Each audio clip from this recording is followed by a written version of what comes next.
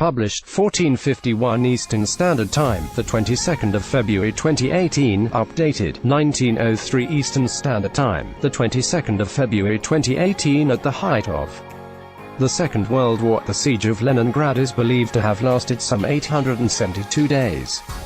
In the city that's subsequently been named St Petersburg, the resistance of Brendan Rodgers and his Celtic players proved to be rather more feeble on Thursday night.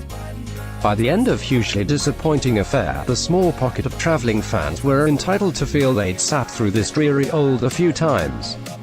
Aleksandr Kokorin sucks his thumb after scoring Zenit's third in the victory over Celtic. The striker tapped home from close range as Zenit dumped Celtic out of the Europa League. It was a stark contrast in emotions, as Zenit's joy was set among a backdrop of Celtic misery. Zenit St Petersburg, Lunev, Ivanovic, Smolnikov 87, Mammana, Criscito, Mevlja, Kranevitter, Rigoni, Driussi 84, Paredes, Kuzyaev, Kokorin, Zabolotny, Erokhin 76, subs not used, Lodygin, Terentjev, Poloz, Zhirkov.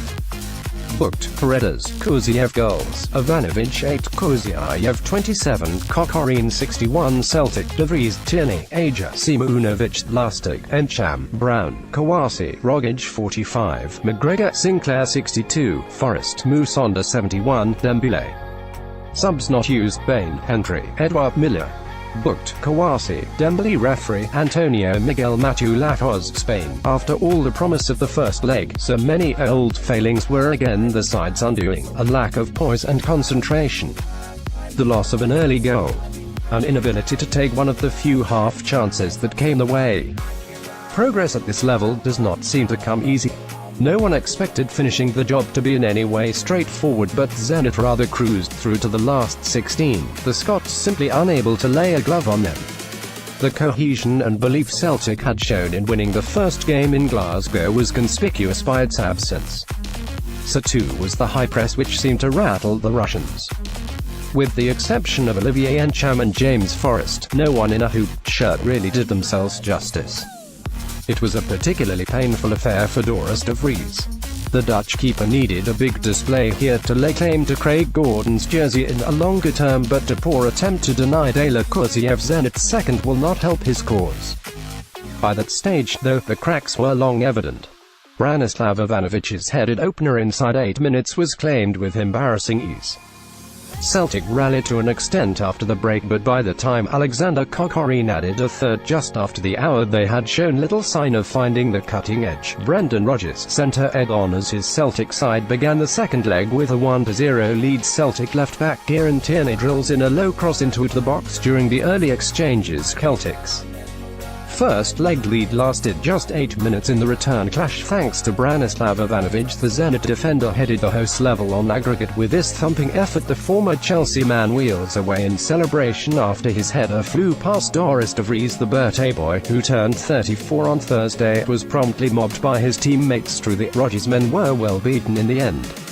Any belief that the ring rust that had beset Roberto Mancini's men in Glasgow would last another week proved to be wishful thinking.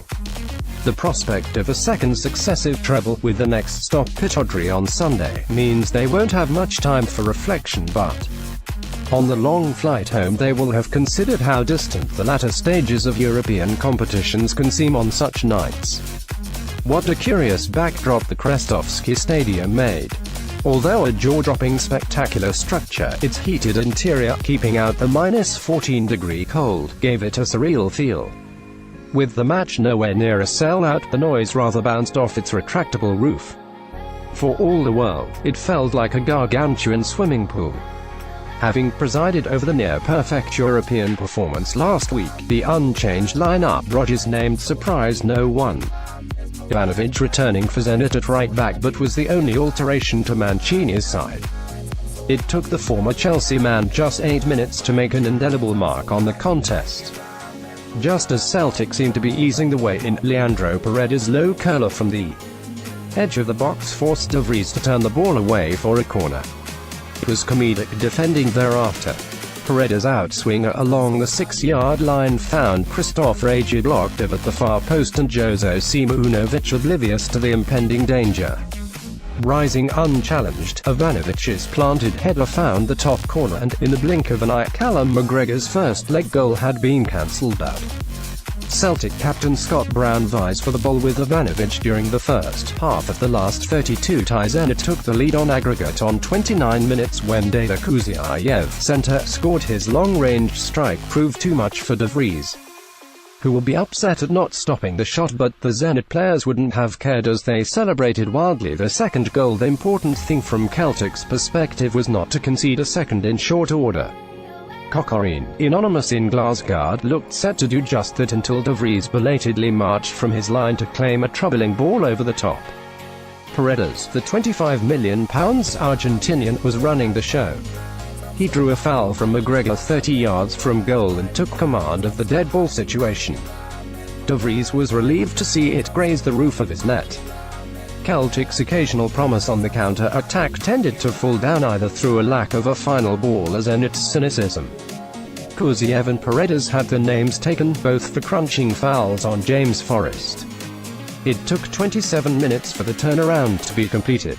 Again, the manner of the concession was meek. Working a short throw in, Anton Zabolotny found Kuzyaev advanced but posing no obvious threat. As he rolled the ball onto his right foot 25 yards out, still the danger seemed remote. It was a decent strike but was eminently savable. De Vries knew as much as soon as the ball flew past his outstretched left arm en route to the back of the net.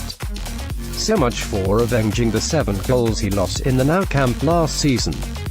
A truly disastrous night was now in danger of unfolding.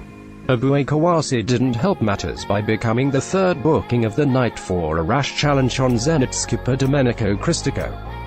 With that went the Ivorian's composure. James Forrest Wright was Celtic's one bright attacking spark before he was substituted. Roberto Mancini barks out some instructions to his Zenit side as the match unfolds. Only Moussa Dembele's stationing on the near post prevented Emiliano Rigoni scoring a third directly from a corner. The interval didn't arrive a moment too soon from the visitors. To the surprise of no one, Tom Rogic replaced Kawasi during it.